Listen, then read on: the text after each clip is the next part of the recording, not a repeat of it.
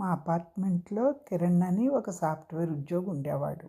అతను రోజు ఉదయం వాకింగ్ వెళ్తున్నప్పుడు రోడ్డు పక్కన ఉన్న ప్లాస్టిక్ బాటిళ్లను, ప్లాస్టిక్ కవర్లను తీసి పక్కనే ఉన్న డస్ట్‌బిన్‌లో వేసేవాడు.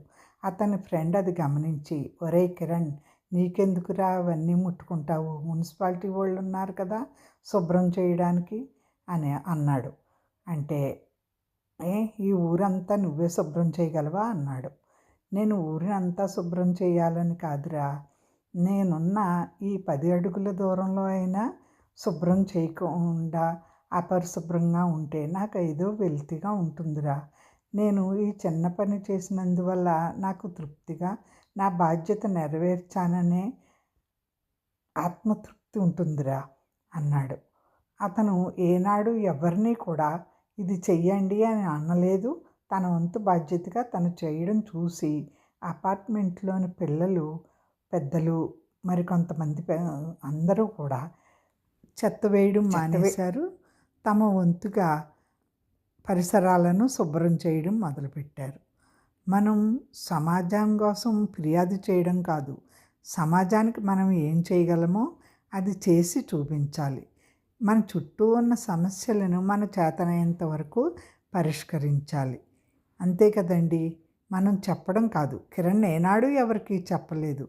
మనం చేసే పనుల వల్లే మన వ్యక్తిత్వం కనపడుతుంది అందరికీను. అలాగే ఆ ఊరిలో సోమయ్య గారనే పోస్ట్ మ్యాన్ ఉండేవారు నా చిన్నప్పుడు. ఆయన పక్క ఊరికి వెళ్ళి పోస్టులు ఇస్తూ ఉండేవారు. ఆ ఊరిలో వారందరికీ ఏదైనా ఇతోధికంగా సాయం కావాలితే చేస్తూ ఉండేవారు. దానికి అందరూ ఆయన్ని అభిమానించేవారు.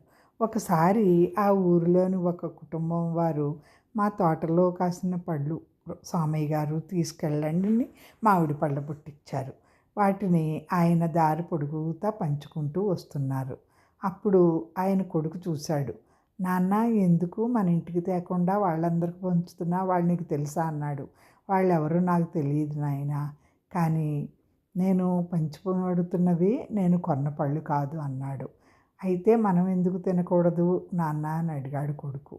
"నాన్న, నేను ఉద్యోగం చేస్తున్నందుకు నాకు ప్రభుత్వం జీతభత్యాలు ఇస్తోంది.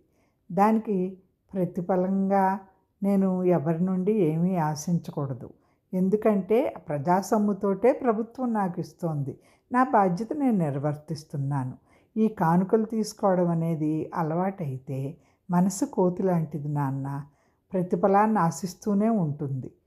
దాన్ని నియంత్రించకపోతే మనం ఆడంబరాలకి, కానుకలకి అన్నిటికీ అలవాటు పడిపోతాం.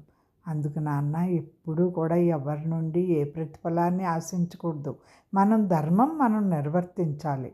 మన నడవడికే మనకు మంచి చేస్తుంది నాన్న. నా చిన్నప్పుడు మా అమ్మ డబ్బు సంపాదించిన దానిలోనే పొదుపు చేసేది. బాగా పొదుపు చేసి మమ్మల్ని చదివించేది. మా పక్కన రాధత్తయ్య అనే ఆమె ఉండేది.